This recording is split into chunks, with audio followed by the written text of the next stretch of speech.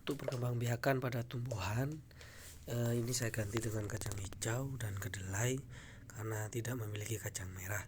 Ini adalah tahap awal pembuatan media tanam dari kapas dan air pada kacang hijau.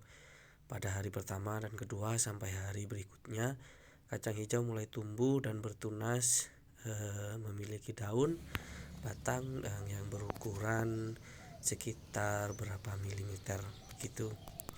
Ini saya lakukan di rumah dan saya lakukan pengamatan mulai dari hari pertama, hari kedua, hari ketiga sampai hari kelima, dan didapatkan kacang hijau yang sudah mulai tumbuh, memiliki tunas baru dan memiliki daun serta memiliki batang menjalar ke atas.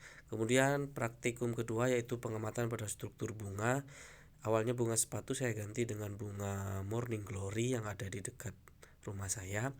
Kemudian saya lakukan pengamatan, saya melakukan penyayatan secara detail pada setiap struktur bunga. Ada kelopaknya yang berwarna ungu, kemudian benang sari yang berjumlah 4, kemudian ada putih di bagian tengah dan lengkap dengan kelopak tangkai bunganya. Ini kemudian saya tempel sebagai bentuk dari laporan saya. Kemudian yang ketiga yaitu pengembangan pada lalat buah. Karena agak sulit saya menemukan satu lalat buah saja. Kemudian lalat buah ini saya masukkan ke media yang sudah terdapat pisang di dalamnya. Pada hari pertama, hari kedua mulai ada telur di dalam toples yang sudah berisi dengan pisang dan sudah mulai agak bau.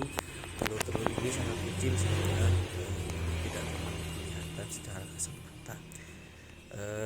Lalat yang ada di dalam sudah mulai berkembang, telurnya sudah mulai menempel di mana-mana dan sudah mulai menetas menjadi larva dan kemudian menjadi pupa, dan pada akhirnya sudah ada lalat-lalat kecil di bagian samping-samping toples. Itu pertanda bahwa larva pupa sudah berkembang menjadi imago atau lalat remaja dan hingga menjadi lalat dewasa. Ini sudah mulai berterbangan pada hari-hari ke-7, ke-8 sampai hari ke-10. Ini saya lakukan pengamatan di rumah. Kebetulan saya lakukan sendiri secara mandiri di rumah.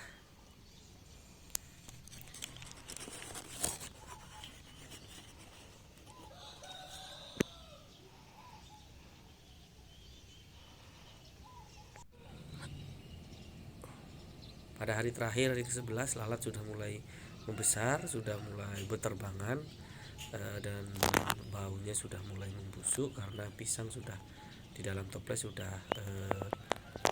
berumur sekian hari sehingga baunya sudah mengeluarkan bau tidak enak. Kemudian untuk perkembangbiakan vegetatif alami yaitu tunas pada tanaman bambu, kemudian umbi akar pada tanaman singkong. Ini adalah contoh umbi akar pada tanaman singkong yang saya dapatkan di sekitar rumah saya. Kemudian ada perkembangbiakan vegetatif alami dengan spora pada tanaman paku. Kemudian ada tunas lagi pada tanaman pisang. Ini tunasnya berada di sekitar induknya, di sebelah pohon induknya. Kemudian ada rumput teki yang berkembang biak dengan gerage atau stolon yang memiliki akar menjalar. Kemudian umbi akar pada tanaman bawang merah yang saya dapatkan di sekitar sawah, di sekitar rumah saya. Kemudian perkembangbiakan vegetatif buatan, okulasi atau menempel, ini pada tanaman pokak dan terong ungu yang saya dapatkan di sekitar rumah saya juga. Kemudian ini adalah perkembangbiakan vegetatif buatan dengan mencangkok pada tanaman mangga, kemudian tanaman bambu yang juga saya dapat amati di sekitar rumah saya. Kemudian untuk yang terakhir adalah dengan cara vegetatif buatan menyambung atau mengenten. Ini bisa dilakukan karena banyak tanaman yang bisa kita lakukan untuk dilakukan menyambung atau mengenten. Sekian dan terima kasih.